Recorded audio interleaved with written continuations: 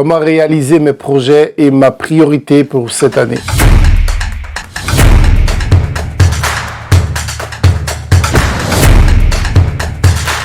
Bonjour et bienvenue encore dans Revenons à l'essentiel. C'est toujours un honneur et un privilège pour moi de vous retrouver en cet instant pour passer ce temps dans la méditation de la parole de Dieu. Aujourd'hui, notre message pour vous, comment réaliser mes projets et ma priorité pour cette année. Je sais que la fin de l'année, c'est toujours un moment très particulier pour chaque personne. On en profite généralement pour faire le bilan de nos réalisations afin d'identifier nos forces et nos faiblesses. C'est aussi l'occasion pour prendre de nouvelles résolutions et de repartir sur de bonnes bases en adoptant de nouvelles habitudes de vie. En effet, la nouvelle année est le plus souvent le moment idéal pour fixer de nouveaux objectifs. Mais le problème réside dans le fait que certaines personnes ne prennent pas le temps de fixer des objectifs d'accomplissement pour leur vie. Et d'autres personnes, malheureusement, fixent des objectifs et établissent des résolutions trop généraux. Il est difficile d'accomplir et de réaliser des objectifs qui ne sont pas clairs et précis, surtout si ces objectifs ne reflètent pas nos besoins intrinsèques. Le secret pour avoir du succès et réussir dans la vie, c'est de fixer des objectifs clairs, précis et réalistes qui vous tiennent vraiment à cœur. C'est de fixer des objectifs qui sont importants pour vous, pour votre famille, pour votre bien-être, qui vous aident à vous développer et à donner un sens à votre vie. Et nous pouvons remarquer la raison pour laquelle que les gens qui ne prient pas et qui n'ont pas foi en Dieu réussissent et font des exploits dans certains domaines dans la vie, c'est parce qu'ils mettent en pratique dans leur quotidien certains principes de la parole de Dieu. Même s'ils ne croient pas en Dieu et ne vont pas à l'église nécessairement pour prier, par conséquent, les principes qu'ils appliquent dans leur vie leur ont permis de faire de grands exploits dans leurs activités. Il faut dire que c'est un principe divin de fixer des objectifs pour notre avenir, de planifier nos activités et d'avoir des plans de développement pour notre vie. Nous pouvons remarquer dans notre milieu chrétien beaucoup de croyants prient, jeûnent régulièrement pour que leur vie change, que ce soit sur le plan financier, sur le plan social, sur le plan environnemental, sur le plan familial, mais ils prient sans aucun résultat. La raison, c'est parce qu'ils n'ont aucun projet, aucun plan devant Dieu pour leur vie. Ils prient en attendant que la volonté de Dieu se réalise de façon automatique. Vous savez, c'est important de prier, c'est important de jeûner pour rechercher la présence de Dieu. Mais la prière sans avoir des buts et des objectifs est nulle et sans effet. C'est la raison pour laquelle que beaucoup de chrétiens ne sont pas satisfaits de leurs accomplissements dans la vie. Toutefois, la parole de Dieu nous encourage à fixer des objectifs, à avoir des buts et à planifier notre vie. Dans Luc chapitre 14, versets 28 à 32, la parole de Dieu déclare « En effet, si l'un de vous veut bâtir une tour, est-ce qu'il ne prend pas d'abord le temps de s'asseoir pour calculer ce qu'elle lui coûtera et de vérifier s'il a les moyens de mener son entreprise à bonne fin, sans croire il n'arrive pas à terminer sa construction après avoir posé les fondations, il risque d'être la risée de tous les témoins de son échec. Regardez, diront-ils, celui qui a commencé à construire et qui n'a pas pu terminer. Au verset 31, ou bien, supposez qu'un roi est sur le point de déclarer la guerre à un autre. Ne prendra-t-il pas le temps de s'asseoir pour examiner s'il peut, avec 10 000 hommes, affronter celui qui est sur le point de marcher contre lui avec 20 000 hommes. Il se rend compte qu'il en est incapable, il enverra une délégation pendant que l'ennemi est encore loin pour négocier la paix avec lui. Vous savez, c'est important de planifier notre vie. C'est important de construire nos vies sur une base solide. On ne peut pas faire des exploits si nous planifions rien. On ne peut pas avoir de succès si on ne planifie rien. Les héros de la foi dans la Bible, tels que Abraham, Moïse, Noé, Daniel, David, Paul, et pour citer que ceux-là, avaient tous quelque chose en commun. Premièrement, ils avaient des objectifs et des plans précis devant Dieu. Deuxièmement, ils connaissaient leur mission dans la vie. Ils savaient quoi faire. Et troisièmement, ils tenaient à leurs engagements nécessaires pour les réaliser. La vie des personnes les plus influentes de l'histoire sont bâties autour des objectifs et des plans précis, des convictions solides et de fermes résolutions. C'est ainsi que nous pouvons marquer l'histoire. C'est ainsi, dans notre vie, nous pouvons faire la différence. N'oublie jamais que nous sommes venus dans ce monde, non pas pour vivre une vie ordinaire, nous sommes venus dans ce monde pour faire une différence. Et la meilleure façon que nous pouvons faire la différence, c'est en planifiant notre vie. Parce que les objectifs, que l'on veuille ou non, donnent un sens à notre vie. Jean-Paul Sartre disait « L'homme n'est rien d'autre que son projet. Il n'existe que dans la mesure où il se réalise. Il n'est rien d'autre que l'ensemble de ses actes. Rien d'autre que sa vie. » Donc, c'est très important, nous, en tant que chrétiens, de planifier nos actions, d'avoir des objectifs précis qui donnent un sens à notre vie. Quand nous analysons la réalisation de certaines personnes qui ont marqué leur génération, nous pouvons conclure que c'est une vérité fondamentale. L'ensemble de nos projets, de nos actions détermine nos succès ou nos échecs dans la vie. Aujourd'hui, nous allons voir 5 étapes à suivre pour fixer des objectifs de manière efficace et mettre en place des plans d'action dans notre vie afin de les atteindre au cours de cette année. La première chose à savoir, c'est pourquoi se fixer des objectifs est essentiel. Les objectifs sont une sorte de boussole qui trace la voie vers nos aspirations et nous permettent d'avancer dans la bonne direction. En mettant en place les outils et les actions nécessaires pour y parvenir rapidement, se fixer des objectifs est essentiel pour éviter la procrastination, car cela donne une direction claire et un sens précis à votre travail. Les objectifs permettent aussi de structurer votre temps et vos efforts. Ils offrent une motivation intrinsèque pour continuer à avancer même lorsque les tâches deviennent difficiles. C'est pour cela que nous devrions fixer des objectifs. Par conséquent, les objectifs doivent être spécifiques et mesurables. Il faut s'assurer que vos objectifs sont clairs et précis. Par exemple, plutôt que de dire « je veux être productif durant cette année 2025 », définissez un objectif comme « je veux terminer 3 choses importantes dans 2 ou 3 mois » ou dans un laps de temps. Cela vous permet de vous situer et de travailler afin de les réaliser. Et c'est important que l'objectif que vous fixez soit clair et précis. Par exemple, si vous voulez accomplir ces tâches, cela vous permet de travailler afin de pouvoir les réaliser. Deuxième chose, c'est qu'il faut que les objectifs soient atteignables et réalistes. Fixez des objectifs qui sont ambitieux mais réalisables. Cela vous évitera de vous décourager en vous fixant des attentes irréalistes. Comme par exemple, ne fixez pas des objectifs pour dire que je vais être millionnaire dans 2 mois sans avoir un plan d'action déjà établi. Cela va vous décourager. Il faut fixer des objectifs réalistes. Cela vous permettra de travailler afin de les atteindre.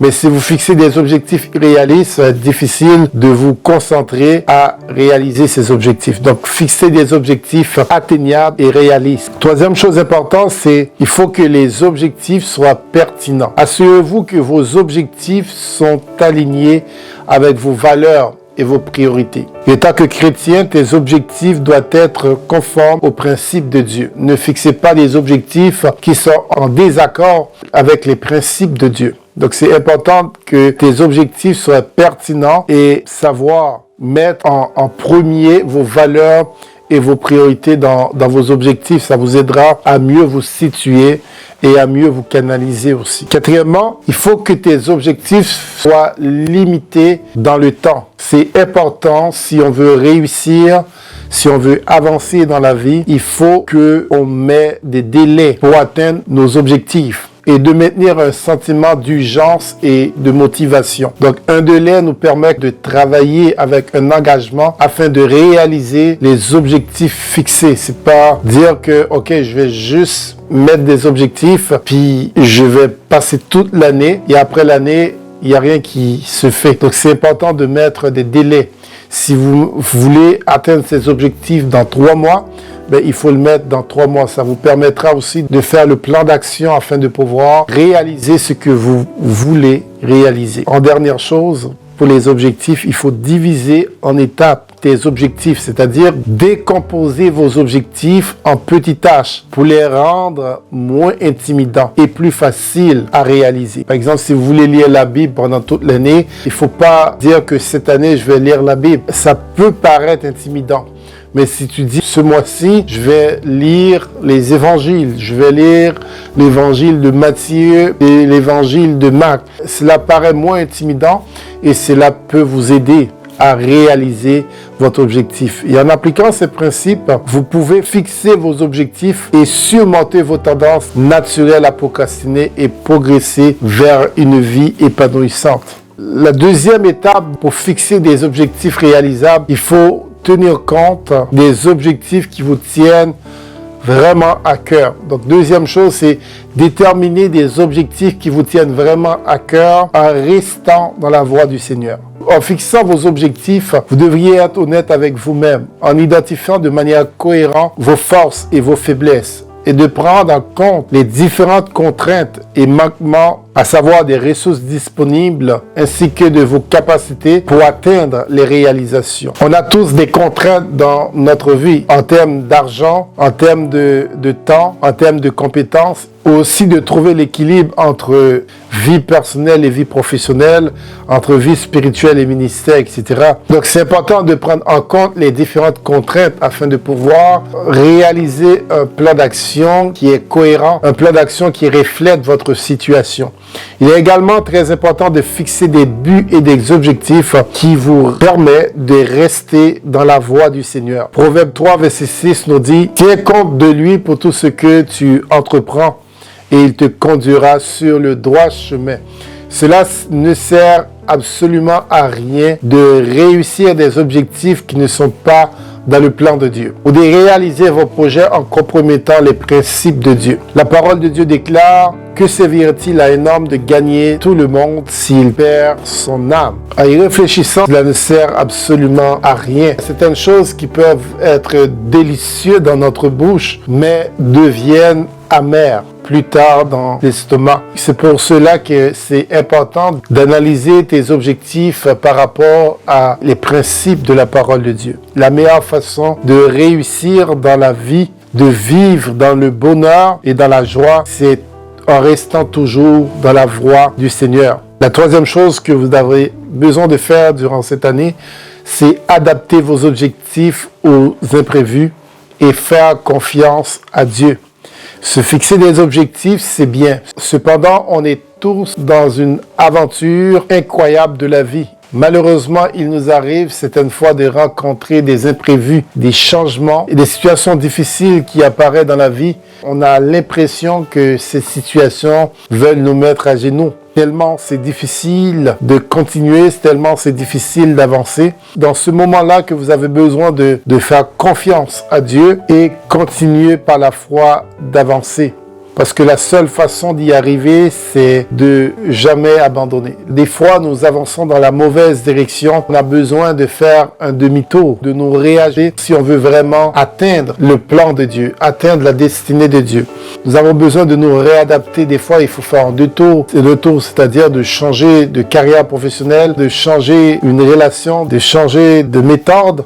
Toutefois, si vous remarquez que vous êtes dans un pattern, vous n'avancez pas, je pense que c'est important de regarder, de revoir les priorités, de revoir tes objectifs dans la vie afin de faire un demi-tour. Si vous êtes dans cette situation, je vous le conseille de le faire le plus rapidement possible parce que le temps ne nous appartient pas. Vous devriez être autodiscipliné pour atteindre vos objectifs, mais également de rester flexible pour s'adapter face aux changements. Donc c'est important de voir dans votre carrière, dans votre relation, est-ce que vraiment vous avancez vers l'objectif fixé? Et si toutefois vous voyez que vous faites du surplace, c'est important de réanalyser vos priorités, de réanalyser vos centres d'intérêt et de vous adapter. Parce que des fois, dans la vie, malheureusement, on a besoin de réadapter pour pouvoir mieux avancer. Quatrième chose, appliquez la bonne méthode pour atteindre vos objectifs. On a besoin d'appliquer des méthodes pour atteindre nos objectifs et on a besoin d'appliquer la bonne méthode. Établissez un plan d'action. C'est important d'avoir un plan d'action détaillé en formulant tes objectifs de façon efficace pour les atteindre. On ne peut pas atteindre les objectifs sans un plan détaillé. Donc le plan va dire comment je vais faire pour atteindre les objectifs fixés. Parce qu'un objectif sans plan d'action, c'est juste un rêve. On peut beaucoup rêver. Par exemple, je vais être millionnaire, Dieu va m'élever, je vais me marier. C'est des rêves. Si vous faites rien, il ne se passe rien également. C'est pour cela que vous avez besoin d'un plan d'action. Un plan d'action qui vous aide à planifier votre journée, à planifier votre semaine et à planifier de jour en jour jusqu'à ce que vous réalisez les objectifs fixés. Vous devez absolument décomposer vos objectifs en sous-objectifs, en étapes intermédiaires et identifier les actions à mener à chaque étape. Repérer les ressources nécessaires pour chaque action et fixer des temps d'accomplissement afin de planifier vos actions dans le temps. C'est important. Quand vous fixez des objectifs, vous devriez être rigoureux avec vous-même, vous autodiscipliner afin d'être productif et par la suite ajuster vos actions en conséquence si nécessaire. Et aussi, c'est important de célébrer les petites victoires afin de rester motivé envers vos objectifs tout au long du parcours. C'est important de savoir que dans la vie, on ne gagne pas par chance. Méfiez-vous des gens qui disent que la réussite et la bénédiction tombent du ciel. Cela ne tombe jamais du ciel. D'ailleurs, quand Dieu bénit, il s'assure qui il doit bénir. Dieu n'envoie pas sa bénédiction sur n'importe qui. Quand Dieu bénit, il s'assure qui il bénit. Il a appelé Abraham, il dit « Abraham, je vais vous bénir ». Il y avait beaucoup d'autres personnes dans la génération d'Abraham, mais Dieu a choisi Abraham. Joseph, Dieu l'a appointé. Donc quand Dieu te bénit, il vous appointe avant. Car la parole de Dieu déclare, nous serons bénis à travers l'ouvrage de nos mains, de ce que nous entreprenons dans notre vie. Il ne s'agit pas de fixer des objectifs, puis de réveiller 6 mois, 1 an plus tard, et de se dire, oh là là, qu'est-ce que je fais durant l'année? Il faut rester motivé et travailler à la réalisation de vos projets et de vos objectifs. Personne ne peut le faire à votre place. Il n'y a que toi qui peux changer votre vie. Dieu est là pour nous aider à avancer, mais il n'y a que nous qui peut changer notre vie. Dieu peut vous guider, Dieu peut vous orienter sur le chemin de la réussite, mais il ne fera rien à votre place. C'est pour ça qu'il nous a donné le pouvoir et la capacité de faire des choix. Et les choix que nous faisons à chaque jour déterminent notre avenir, déterminent notre futur. Donc c'est important de faire des choix intelligents. Et surtout, entourez-vous des personnes qui ont des buts et des objectifs qui peuvent vous servir de modèle. C'est très important car nous avons besoin des gens qui peuvent nous aider. Si vous avez à cœur de progresser, je crois fortement que Dieu va envoyer des gens sur votre chemin pour vous aider à avancer dans vos projets. Si vous faites ce que vous pouvez faire, j'en suis convaincu que Dieu est capable de faire au-delà de ce que vous pensez ou imaginez. La dernière chose pour réaliser vos projets cette année, c'est de faire de Dieu votre priorité durant tout le parcours de réalisation. Et quand on parle de faire de Dieu notre priorité, nous réalisons de nos jours que les chrétiens dans les communautés religieuses sont devenus de plus en plus irresponsables. Ils sont à la recherche des miracles superficiels pour changer leur vie de manière instantanée. Ils cherchent la bénédiction de Dieu, ils cherchent des percées financières, ils veulent se marier, ils veulent avoir une vie sociale, ils veulent être dans le ministère, mais sans vouloir changer leur mode de vie. Et parfois, ils se découragent parce que ils cherchent Dieu, mais il n'y a rien qui se fait. Et très souvent, ils sont très déçus de leur vie. Ils sont très déçus de leur situation. Comme résultat, ils blâment Dieu pour leurs échecs, accusent le diable et les mauvais esprits pour ceux qui ne fonctionnent pas dans leur vie. En recherchant des choses superficielles, des miracles, la bénédiction de Dieu tombe sur des gourous spirituels, des gens qui disent que pour avoir la bénédiction de Dieu, il faut donner tel montant d'argent pour briser les liens, pour avoir des percées financières, pour avoir leur mariage, etc. Pour être guéri, il faut donner un certain montant d'argent. Et généralement, qu'est-ce qui se passe dans la vie de ces croyants-là?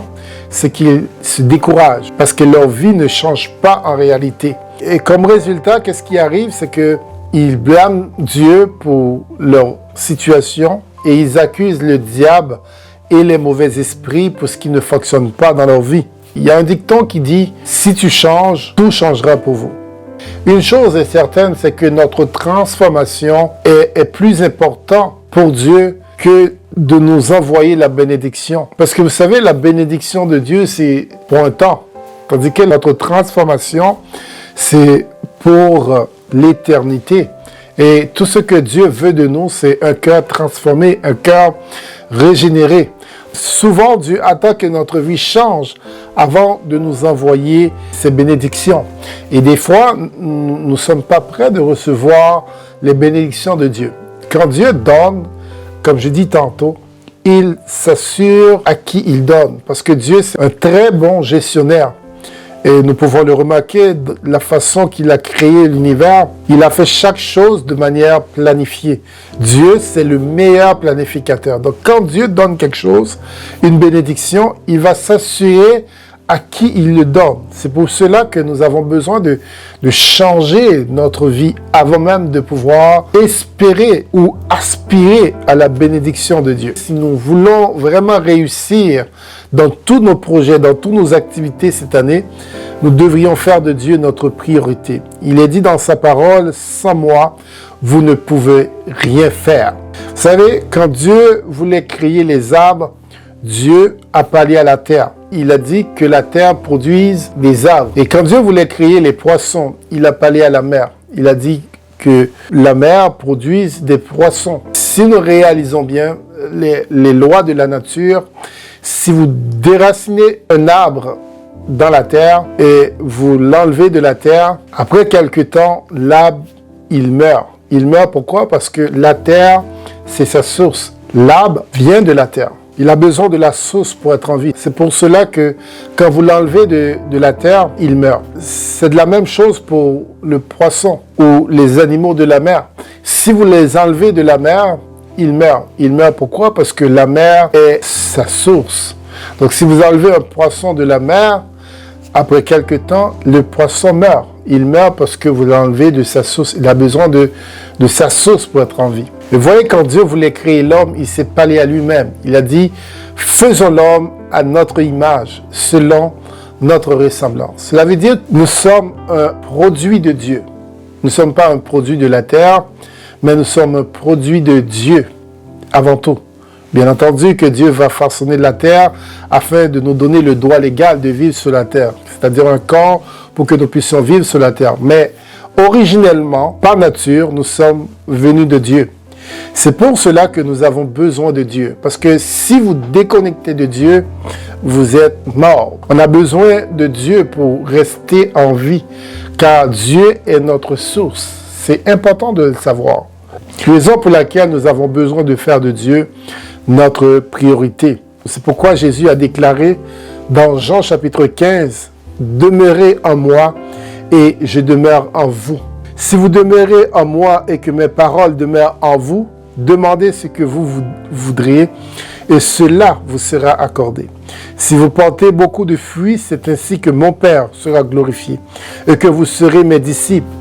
La condition sine qua non pour que vous portez des fruits et de réaliser tous vos projets et accomplir tes objectifs, c'est de demeurer en Christ. Et demeurer veut dire rester en permanence. Ce n'est pas d'aller à l'église régulièrement, mais vous devriez demeurer en Dieu en permanence. Je souhaite vraiment que Dieu soit de votre priorité cette année. Il ne faut pas confondre les services que vous faites pour Dieu et demeurer en Dieu. Vous pouvez travailler pour Dieu, mais vous êtes loin de Dieu. Donc c'est important de surveiller votre vie spirituelle, votre relation avec Dieu. Je vous en supplie, il ne faut pas se laisser manipuler, mais il faut se concentrer sur vos projets, sur votre plan. Cette année, tout peut changer pour vous. Si vous décidez de changer, ne priez pas simplement pour que les choses changent dans votre vie, mais priez pour que Dieu vous aide à changer les mauvaises habitudes, car si tu changes, j'en suis convaincu que tout va changer pour vous. Vous avez été envoyé sur la terre pour faire une différence. Il ne faut pas vivre une vie juste pour vivre une vie en attendant le ciel, mais vous êtes envoyé sur la terre pour faire une différence. Alors, je vous invite à oser grand, oser faire vos projets cette année, de projets de réalisation. Osez faire des choses qui comptent pour vous, pour votre famille, pour votre avenir. Osez faire des choses qui vous poussent à sortir de votre confort. Et osez faire des plans cohérents pour votre vie, pour votre avenir, pour votre famille. Osez planifier et travailler avec de l'intelligence pour la réalisation de vos projets. Osez changer de travail, de carrière professionnelle, de relations si nécessaire pour avoir des meilleurs résultats. Osez de croire en Dieu et ne jamais abandonner, même si c'est difficile. Osez de mettre Dieu en priorité dans tout ce que vous planifiez. Osez d'espérer, osez de croire, osez de prier, osez de chercher Dieu, osez d'accomplir de grandes choses cette année. Vous pouvez faire beaucoup d'activités et être un travailleur engagé et faire du surplace si vous n'avez pas de but et des objectifs précis pour cette année. Et tout ce que vous faites, faites-le de bon cœur comme pour le Seigneur et non pas pour plaire aux hommes. Et surtout, confiez vos journées et vos défis professionnels chaque matin à Dieu dans la prière. Restez près de Dieu en méditant sa parole. C'est alors que vous réussirez. C'est alors que vous aurez du succès dans tout ce que vous entreprendrez. Rappelez-vous chaque jour combien Dieu vous aime et combien vous êtes précieux à ses yeux. Et n'oublie jamais qu'on peut tout par celui qui nous fortifie. Alors j'espère que vous avez été bénis par ce message. Si c'est le cas, je vous invite à le partager à une personne proche dans le but de proclamer la bonne nouvelle de l'Évangile. Je vous dis merci pour votre soutien, merci pour vos encouragements en vous abonnant à notre chaîne pour ne pas manquer nos prochains messages. Que Dieu vous bénisse abondamment. Que Dieu vous accorde le bonheur, la joie, la paix, ainsi que votre famille. Que Dieu vous restaure et vous délivre. Et que Dieu permet que tes projets se réalisent. Je prie que Dieu bénisse votre famille, que Dieu bénisse tout ce que vous allez entreprendre durant cette année, que Dieu bénisse vos projets, que Dieu bénisse vos entreprises et qu'il fait pleuvoir sur vous ses bénédictions. Je vous dis à très bientôt pour un autre moment dans la présence de Dieu. Que Dieu vous bénisse abondamment, que Dieu prenne soin de vous, que Dieu vous accorde son shalom qui surpasse l'intelligence et la pensée des hommes. Bonne et heureuse année pour 2025. Que Dieu vous accorde la paix, la joie, la santé, la prospérité et qu'il vous accorde surtout la sagesse et l'intelligence afin de marcher dans la voie du Seigneur. Que Dieu vous bénisse. Bonne année, merveilleux et à la prochaine pour un autre message.